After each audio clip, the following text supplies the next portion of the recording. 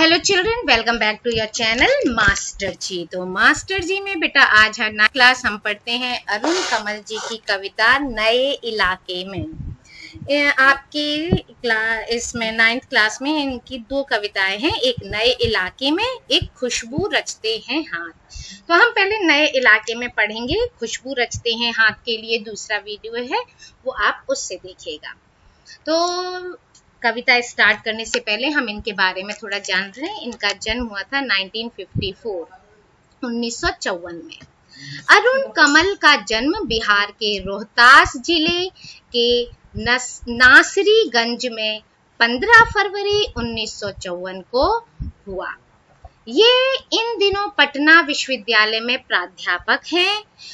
इन्हें अपनी कविताओं के लिए साहित्य अकादमी पुरस्कार सहित कई अन्य पुरस्कारों से भी सम्मानित किया गया।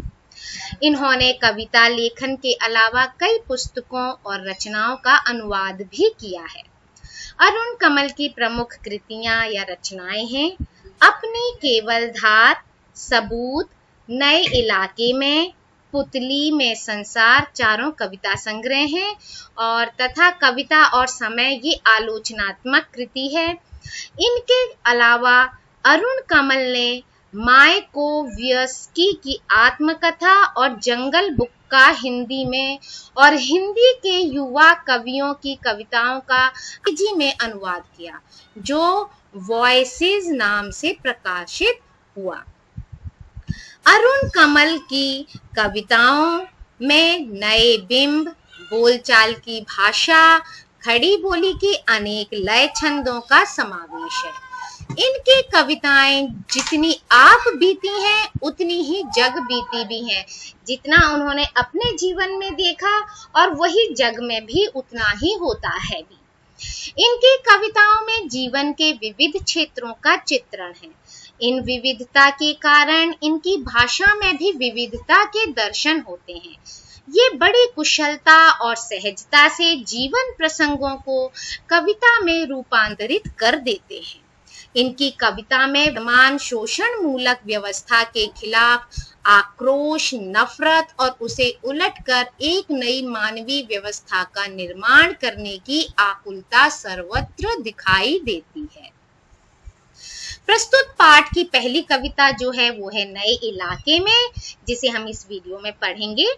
इसमें एक ऐसी दुनिया में प्रवेश का आमंत्रण है जो एक ही दिन में पुरानी पड़ जाती है ना। जैसे आजकल बच्चे क्या होते हैं, खिलौने लाकर दे दिए पेरेंट्स ने और दूसरे दिन उनसे उनका मन ही नहीं लगता, कुछ और नया लाकर दो, कुछ और चीज दो, ये पुराना हो गया या ये ड्रेस मेरी पुरानी हो गई।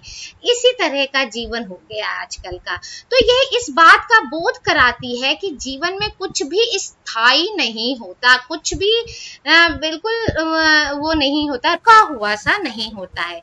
इस पल पल बनती बिगड़ती दुनिया में स्मृतियों के भरोसे नहीं जिया जा सकता, है ना। इस पाठ की दूसरी कविता है खुशबू रचते हैं हाथ। इसमें कवि ने सामाजिक विषमताओं को बेनकाब किया है। यह किसकी और कैसी कारस्तानी है कि जो वर्ग समाज में सौंदर्य की सृष्टि कर रहा है, यानी समाज को तो सजा रहा है, समाज को खुशहाल बना रहा है, लेकिन खुद का जीवन बहुत ही बुरा है और है ना। तो सौंदर्य की सृष्टि कर रहा है और उसे खुशहाल बना रहा है। वही वर्ग अभाव में, गंदगी में जीवन बसर कर रहा है। लोगों के जीवन में सुगंध बिखेरने वाले हाथ भयावह स्थितियों में अपना जीवन बिताने पर मजबूर हैं। क्या विडंबना है कि खुशबू रचने वाले ये हाथ दूर दराज के सबसे गंदे और बदबूदार इलाकों में जीवन बिता रहे हैं। स्वस्थ समाज के निर्माण में योगदान करने वाले ये लोग इतने उपेक्षित हैं, आखिर कब तक। ये इस तरह इन्होंने ये सामाजिक न्याय के लिए, सामाजिकता के लिए ये उन्होंने आवाज उठाई है। तो सबसे पहले हम कविता पढ़ेंगे नए इलाके में। इस कविता में है, इन नए बसते इलाकों में जहां रोज बन रहे हैं नए नए मकान, मैं अक्सर रास्ता भूल जाता हूँ। धोखा दे जाते हैं पुराने निशान। खोजता हूँ ताकता पीपल का पेड़, खोजता हूँ ढहा हुआ घर और जमीन का खाली टुकड़ा जहां से बाएं मुड़ना था मुझे। फिर 2 मकान बाद बिना रंग वाले लोहे के फाटक का घर था एक मंजिला, और मैं हर बार एक घर पीछे चल देता हूँ या 2 घर आगे ठकमकाता।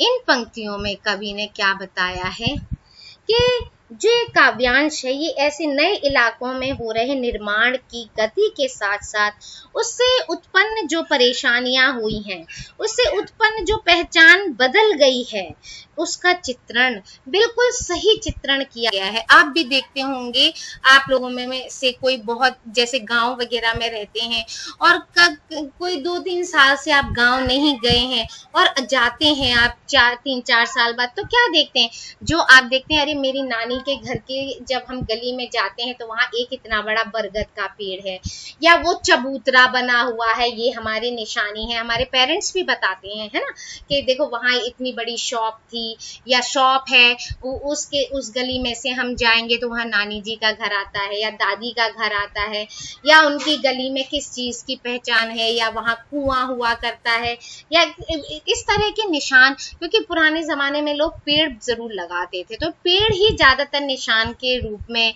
या कुछ खंडहर बने हुए, इस तरह की चीजें हम निशान के रूप में बना लेते थे।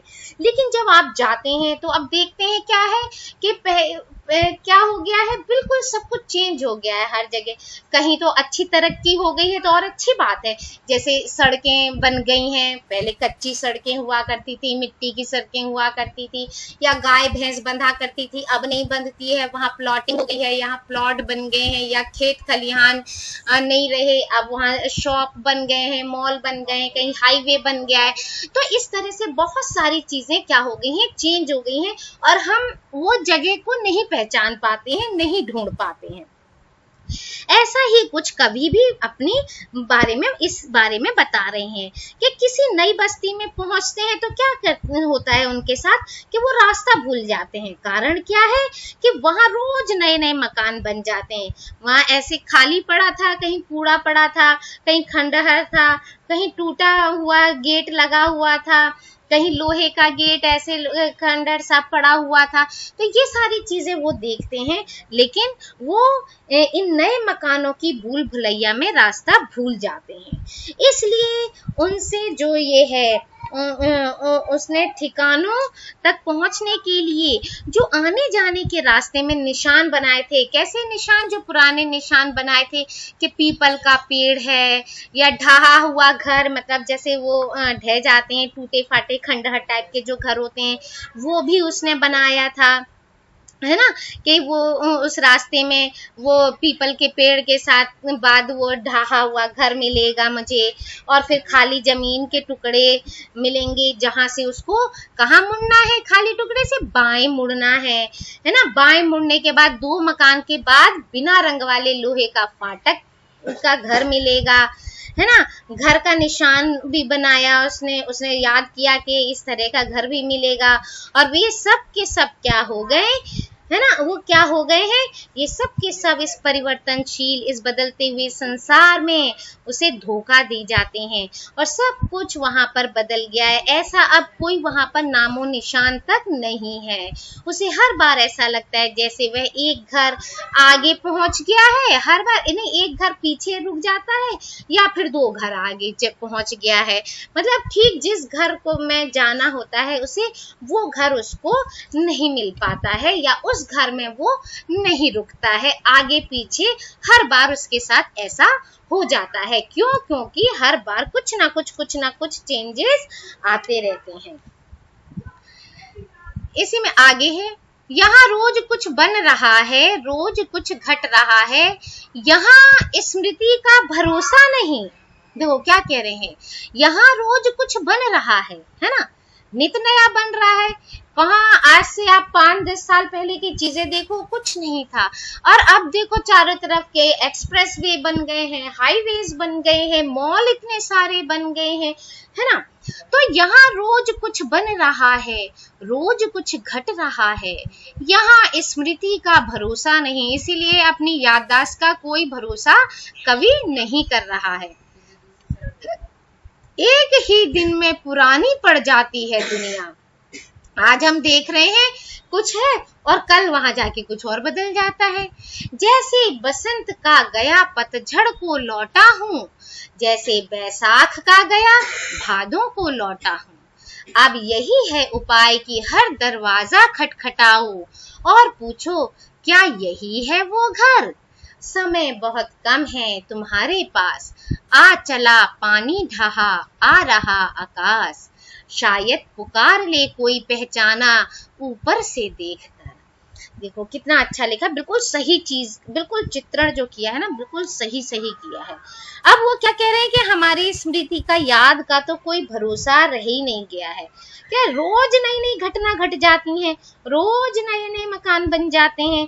आज वहां जाकर देख रहे थे कि 2 दिन पहले गए थे तो वहां खाली घर जगह पड़ी थी, देख रहे हैं अब तो वहां ईंट पत्थरों की दीवारें लग गई है ना। ऐसा बहुत से जगह हो जाता है। तो प्रत्येक दिन उन्हें क्या लगता है, चेंज हो रहे हैं, परिवर्तन का आभास उन्हें दिखाई देता है। कुछ ना कुछ नया बनता रहता है, हर दिन कुछ ना कुछ नया घटता रहता है। मनुष्य को, इंसान को अपनी याददाश्त पर, अपनी स्मरण शक्ति पर बिल्कुल भी भरोसा नहीं रह गया है। पुरानी यादें तो ये ऐसा हो गया एक दिन में ही मिट जाती हैं, तो एक दिन में ही सब चीज पुराना पड़ जाता है। ऐसा लगता है जैसे बसंत ऋतु के जाने के बाद पतझड़ में लौटे हैं। जैसे बसंत ऋतु आती है, बसंत ऋतु है ना, फिर ये क्या आती है, ये ऋतुएं क्या होती हैं भाई, साल भर बाद ही तो लौटती हैं। गर्मी आई, फिर बसंत आया, फिर ठंड आई, फिर बैसाख आया, पतझड़ आया, फिर इस तरह से ये सारी चीजें 1 साल बाद आप लौटती हैं, या जो भी है 5-6 महीने बाद कुछ ऐसी होती हैं जो, जैसे इधर बोला ना बैसाख गया भादों लौटा, यानी कि कुछ महीनों बाद ही लौटे हैं। मतलब उनके इन मौसम को यहाँ बताने का मतलब क्या है कि वो ये बताना चाहते हैं कि ये जैसे ये मौसम होते हैं, है ना, ये मौसम क्या होते हैं, इन मौसम को यहाँ क्यों बताया उन्होंने, इन मौसम को इसलिए बताया है कि मतलब लंबा समय बीत गया, जैसे दोनों ऋतुएं जो होती हैं इनके बीच में एक लंबा समय होता है। लंबा समय बीतने से ये क्या होती है, परिस्थितियों में काफी परिवर्तन आ जाता है। जैसे कभी बसंत की बहार देखी थी, लेकिन आज उसे पतझड़ का सामना करना पड़ रहा है ना, इस तरह की चीजें।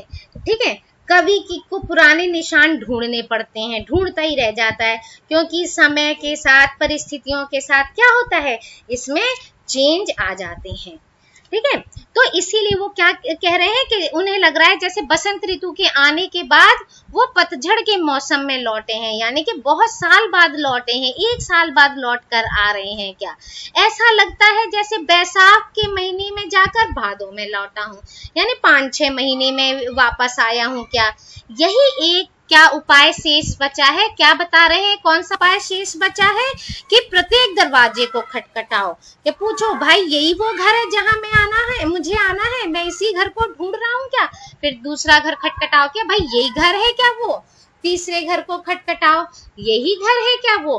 तो वो ये कह रहे हैं अब तो यही एक हमारे पास उपाय रहा है कि हर दरवाजे को खटखटा कर पूछा जाए कि क्या यही वो घर है जिसे मैं ढूंढ रहा हूँ।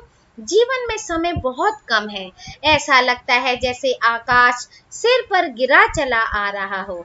ऐसा लगता है कि शायद कोई पहचान ले, कोई घर के ऊपर से हमें देख के बोल दे, अरे भाई साहब इधर आइए, यही घर है आपका, आपको तो यहीं आना था, तो कितना अच्छा लगेगा, है ना। तो ऐसा ही कोई पुराना मिल जाए हमें कि बोल दे कि अरे आइए आइए, यहीं आना था आपको। तो इस तरह से वो ये सब चीजें सोचना और बता रहे हैं कि समाज कितनी जल्दी, हमारा समाज जो है कितनी जल्दी परिवर्तित हो रहा है, कितनी जल्दी जल्दी बदल रहा है, समय कितनी परिवर्तनशील है ना, गतिशील हो गया है मनुष्य, पहले से बहुत ज्यादा गतिशील हो गया है ना। उसके पास तो बिल्कुल टाइम ही नहीं बचा है, मतलब समय का तो इतना अभाव हो गया है कि कोई एक दूसरे को पहचानता भी नहीं है ना। तो इसलिए इस वीडियो में इतना ही, आगे की वीडियो में हम पढ़ेंगे खुशबू रचते हैं हाथ।